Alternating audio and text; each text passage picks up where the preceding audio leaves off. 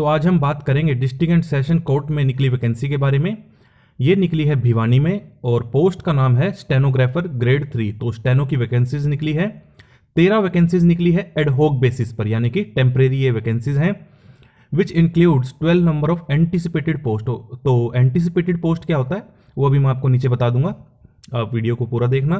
Category wise bifurcation है 6 general की, 1 general ex serviceman की, 2 बीसीए की, 1 बीसीबी की और 3 शेड्यूल कास्ट की। सैलरी आपको कंसोलिडेटेड पे दी जाएगी, यानी कि इसके अतिरिक्त आपको और कुछ नहीं दिया जाएगा। फिक्स पे होगी आपकी 25,500 रुपए और for a period of 6 months or till regular appointments are made by the honourable high court. तो 6 महीने या फिर जब तक कोई रेगुलर कैंडिडेट आपकी जगह नहीं आ जाता तब तक आपकी जॉब रहेगी, whichever is earlier. However the offer of appointment to the 12 selected candidate, तो अब ये बता रहे हैं कि जो ऊपर इन्होंने लिखा था which includes 12 number of anticipated post, कि 13 में से 12 वैकेंसी ऐसी हैं जो एंटीसिपेटेड है। एंटीसिपेटेड इसलिए लिखा था इन्होंने कि देखिए आपकी पोस्टिंग जो है वो जुडिशियल मजिस्ट्रेट के अंडर होंगी। तो अभी जो न्यूली अपॉइंट जुडिशियल मजिस्ट्रेट हैं उनकी ज्वाइनिंग फरवरी 2024 तक हो जाएगी, तो आपकी ज्वाइनिंग भी तभी की जाएगी क्योंकि आपको उन्हीं के नीचे काम करना है। The total number of vacancies may decrease due to withdrawal of courts, adjustment of surplus staff or otherwise, तो वैकेंसीज को घटाया भी जा सकता है। The selection for the aforesaid post shall be made strictly in accordance with the rule with amended Rule 7 of the Haryana Subordinate Court of Establishment, where no candidate of reserve category is available, then appointment be made from general category। तो अगर reserve category का candidate नहीं मिलता है तो general category से आपकी selection कर दी जाएगी। एसेंशियल क्वालिफिकेशन जो मेन पॉइंट है, candidate who possess a degree of bachelor of arts, तो बीए होना चाहिए, बैचलर ऑफ साइंस या फिर कॉमर्स होना चाहिए या फिर इक्विवेलेंट यानी कि ग्रेजुएशन मांगी गई है रिकॉग्नाइज्ड यूनिवर्सिटी से। The candidate shall have to pass a test at a speed of 80 words per minute in English shorthand and 20 words per minute in transcription of the same on computer. The candidate should have proficiency in operation of computer। ये तो steno के लिए मांगा ही जाता है, तो इसमें कुछ नया नहीं है। एज लिमिट कितनी होनी चाहिए, हरियाणा सरकार की इंस्ट्रक्शन से कि 18 से 42 साल, तो यहाँ पर भी वही रखी गई है।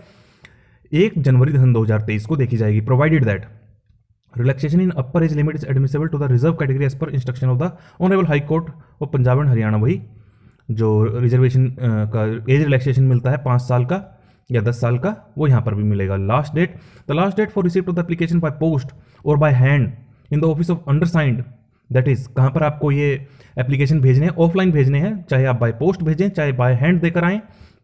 द डिस्ट्रिक्ट एंड सेशन जज भिवानी 15 दिसंबर तक आपको ये पहुंचाने हैं अप टू 5 PM, तो लास्ट डेट का इंतजार ना करें। एप्लीकेशन फॉर्म कहाँ से डाउनलोड कर सकते हैं, नीचे भी मैं आपको दिखा दूंगा और ऑनलाइन भी आप डाउनलोड कर पाएंगे। मैं इसका लिंक डायरेक्ट जो है इस वीडियो के डिस्क्रिप्शन में भी दे दूंगा, bhiwani.dcourts.gov.in/notice-category/recruitment। 1 latest passport size coloured photograph duly attested from a gazetted officer must be affixed on the application form in the given space, and self-attested photocopies of the educational documents and certificates regarding category, experience etc. must be attached। तो देखिए ये बहुत important बात है कि एक तो आपको latest passport size coloured photograph चिपकानी है फॉर्म पे और उसे गजेटेड ऑफिसर से अटेस्ट करवाना है, और जो आप एजुकेशन क्वालिफिकेशन के अपने डॉक्यूमेंट्स देंगे वो आपको सेल्फ अटेस्ट करने हैं, ना कि गजेटेड ऑफिसर से अटेस्ट करवाने हैं। ठीक है, must be attached with the application form. The candidates are required to bring their proof of identity at the time of stenography test. तो आईडी कार्ड लेकर जाना जब आपका स्टेनोग्राफी का टेस्ट होगा, failing which he she will not be allowed for test. Incomplete application को reject कर दिया जाएगा। The decision of the selection committee in all matters relating to acceptance और rejection of N application shall be final.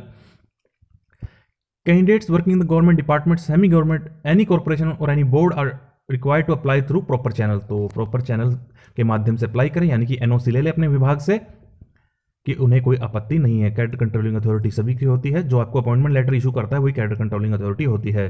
तो अपने head के माध्यम से उन्हें एक लेटर लिख दें कि आप इस पोस्ट के लिए अप्लाई कर रहे हैं तो अनुमति दे दी जाए। ऐसे आपको एक लेटर लिखना होता है अपने हेड के थ्रू कैडर कंट्रोलिंग अथॉरिटी को, जो आपको अपॉइंटमेंट लेटर इशू करती है उसके नाम। बस जाएगा किसके थ्रू, जो आपका रिसेंट जो इमीडिएट बॉस है उसके थ्रू जाता है, इसलिए इसको प्रॉपर चैनल कहा जाता है कि जब आप अपने हेड के थ्रू कैडर कंट्रोलिंग अथॉरिटी को लेटर भेजते हो तो उसे प्रॉपर चैनल कहा जाता है।